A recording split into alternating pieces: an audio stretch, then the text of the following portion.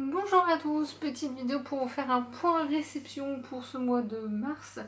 Et on va commencer avec Les Abysses de Rivers Solomon aux éditions Au Forge Vulcain, qui est lu et chroniqué, je crois. Mais ça vérifier, mais il me semble qu'il est chroniqué, enfin sûr il est chroniqué à l'écrit, oui, puisque c'était dans le cadre de la masse critique Babelio. On commence bien cette vidéo. Ensuite, j'ai reçu, j'allais dire hier, mais non, c'était samedi ou vendredi, je ne me souviens plus exactement. Les tomes 2 et 3 de Masques et Monstres de R11 d'or, que voici, des sublimes ouvrages. Alors il n'y a que le dernier qui a une tranche colorée parce que c'est un projet Ulule et que là on avait suffisamment financé pour qu'elle puisse le faire. Et avec, on a eu un autocollant et un marque-page. Franchement, il est vraiment mignon le marque-page. J'aime beaucoup ce que... Visuellement, en tout cas, il n'y a rien à dire. Les livres sont illustrés aussi, pour ceux que ça intéresse. Ils seront pas lus dans l'immédiat, je vous le dis tout de suite. Et ensuite, enfin, ma libraire, comme d'habitude, on termine toujours par elle. Enfin, mes libraires, je devrais dire, parce qu'elles sont deux quand même. Chumbora, Lapin Maudit aux éditions Rivage, en principe à vérifier, puisque j'ai pas vérifié avant de faire la vidéo, mais il n'est pas impossible que ce soit la lecture commune de ce mois-ci pour le groupe de lecture asiatique. Je dirais rien d'autre parce qu'on a eu... Enfin, Élise m'a suggéré quelque chose ce matin qui est pas une mauvaise idée, sincèrement. Donc allez sur le groupe de lecture si vous voulez voir un peu, on va peut-être mettre en place quelque chose, je sais pas trop. Aurélie Lourng, Quand vient la Horde aux éditions Folio, je l'avais repéré un grand format. Et je l'avais un petit peu oublié, mais comme quoi ça valait le coup d'attendre. Ma libraire, étant une personne génialissime, a reçu Natsu et Haru, estampes de printemps, enfin d'été et de printemps, avec des haïkus de Basho. C'est aux éditions Scala, que je ne connais pas. Il y en a un des deux que j'ai lu, mais je ne sais plus lequel. Je crois que c'est celui-là. Ouais, il me semble que c'est celui-là que j'ai lu. Et puis c'est pas grave, je vais les relire tous les deux. Elle avait également, alors à la base quand j'avais vu ça, je m'étais dit waouh non c'est pas raisonnable. Et puis bon ben j'ai craqué, voilà. Les lieux célèbres du Tokaido aux éditions Relief, c'est des cartes, là c'est une carte des lieux célèbres du Tokaido et il y a la carte du Japon sous l'ère Meiji, toujours chez Relief. Et en fait, il y a des petits textes sur les cartes, ce qui vous permet de comprendre certaines choses. Et les cartes dépliées, ça fait du 850 par 650 millimètres, pardon. C'est pas des petites cartes. Et honnêtement, je regrette pas mon achat. Ensuite, La Ronde de Nuit de Borachung aux éditions Rivage. Et je suis en train de me demander ce que je vous ai dit Lapin Maudit tout à l'heure. Je ne sais plus. Dans le doute, je vous la remontre. En bas, celui-là, il avait été publié chez Matin Calme et malheureusement, Matin Calme a fermé et que j'ai pas réussi à le trouver. Du coup, bah, voilà. Il est sorti en poche et j'adore les couvertures de chez Rivage. Très sincèrement, elles sont sublimes.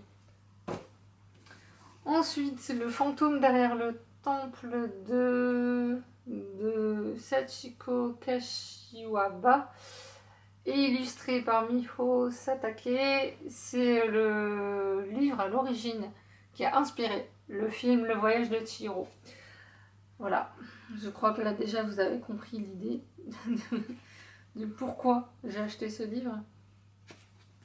Et il est illustré aussi en cours d'ouvrage. Pas tout le temps. Je vais pas vous en montrer trop éloigné non plus. Il y a un petit chat. Ensuite, Hunger Games, Lever de soleil sur la moisson de Suzanne Collins aux éditions PKJ. Je sais qu'il y en a plein qui sont en train de le lire. Moi, je suis un peu à la bourre dans mes lectures en ce moment. Et c'est pas là que ça va aller mieux. Je suis en train de lire le Murakami en fait, et c'est long. C'est très long. c'est lire un Murakami, c'est voilà, ça donne ça à l'heure actuelle. Et j'en lis un autre à côté, mais bref. Ensuite, La vie fragile de Louise Pomeray, vue par Virginie Bilodeau aux éditions Le Chemin de Fer. C'est ma libraire qui en a parlé aussi. Elle met beaucoup en avant cette maison d'édition, j'aime beaucoup leur principe. Parce qu'il y a des petites illustrations. C'est toujours en fait un auteur avec un illustrateur sur le même projet. Et ça donne des petits ouvrages, des petits bijoux qui apportent beaucoup, je trouve. Le cycle d'Imgin, le tome 3, Notre cœur de Hélène Casado aux éditions L'Atelier des Cahiers, que oui, j'ai acheté. Parce que l'éditeur, cette fois-ci, ne m'a rien proposé. Je suis très étonnée. Je sais pas pourquoi. Mais c'est pas grave, je l'ai acheté. Alors par contre, je vous le dis tout de suite, faut être patient parce que là, moi, j'ai commandé chez ma libraire. Il a mis 3 semaines à arriver. Parce que c'est diffusé ou distribué par Pollen. Et Pollen sont extrêmement lents. Bref, c'est pas grave, mieux vaut tard que jamais. Ensuite, Les Cités de poussière de Nell Pfeiffer aux éditions Hachette. Bon, on dira rien sur Hachette, mais j'adore par contre Nell Pfeiffer. Elle avait écrit L'Engrange-Temps. Et quand j'ai vu que ce livre allait sortir, j'ai dit oui, bon, bon. Est-ce qu'il y a besoin vraiment qu'on en discute? Non, évidemment que non. Alors l'autrice a été honnête en précisant quand même que ça n'avait strictement rien à voir avec L'Engrange-Temps. Et je confirme, du peu que j'ai vu, ça n'a strictement rien à voir. Zara, Les Gardiens de l'Aube de S.J. Jones aux éditions Bayard. Il y a un lien avec l'Asie, me semblait. Je sais plus, mais il me semblait qu'il y avait un lien avec l'Asie et que c'est surtout pour ça que j'ai acheté.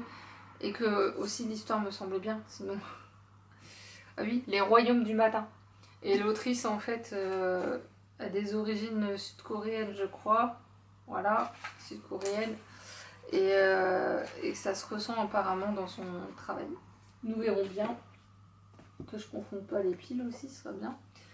Le vélo de l'ange de François Thibault aux éditions Court Toujours. Alors en fait, il était en dédicace chez ma libraire. Malheureusement, ce jour-là, j'étais clouée au lit. Donc, je n'ai pas pu y aller, mais il m'a fait un petit mot quand même. J'étais encore clouée au lit hier. Ah, les joies d'être une femme. Bref. Donc c'est pour ça que si vous me trouvez un peu bizarre, c'est normal. C'est juste que je suis encore un peu à l'ouest. Mais ça va. Dans La Cité électrique, le tome 2, le Londonium Express aux éditions Gallimard de Sarah Andrés, c'est le dernier tome, je crois. Sûr, c'est le tome 2, en tout cas, de la saga, et j'ai lu le tome 1 que j'ai beaucoup aimé. Nous verrons bien ce qui se passe dans cette suite. Et potentiel final, puisque c'est pas marqué dernier, mais je suppose. Fille du destin, le tome 2, Les disparus de Nancy. Je suppose que ça se dit comme ça, de Kika Hatsopoulou, aux éditions La Martinière. J'ai lu aussi le tome 1, donc pour une fois, je suis à peu près un jour dans mes sagas. Et le dernier, La bibliothèque des auteurs disparus aux éditions Nami de Hika Halada, qui fait partie des livres potentiellement qu'on pourrait lire en lecture commune avec Élise. Nous verrons bien. Pour l'instant, ce serait Lapin Maudit plutôt, mais on va voir. On a le temps. Sur ce, j'espère que cette vidéo vous aura plu. N'hésitez pas à me dire ce que vous avez lu ou s'il y a des livres dont vous avez entendu parler mais nulle part ailleurs et que vous pensez que ça pourrait me plaire. On sait jamais, si on a entendu. Et sur ce, moi je vais vous dire à la prochaine. Salut!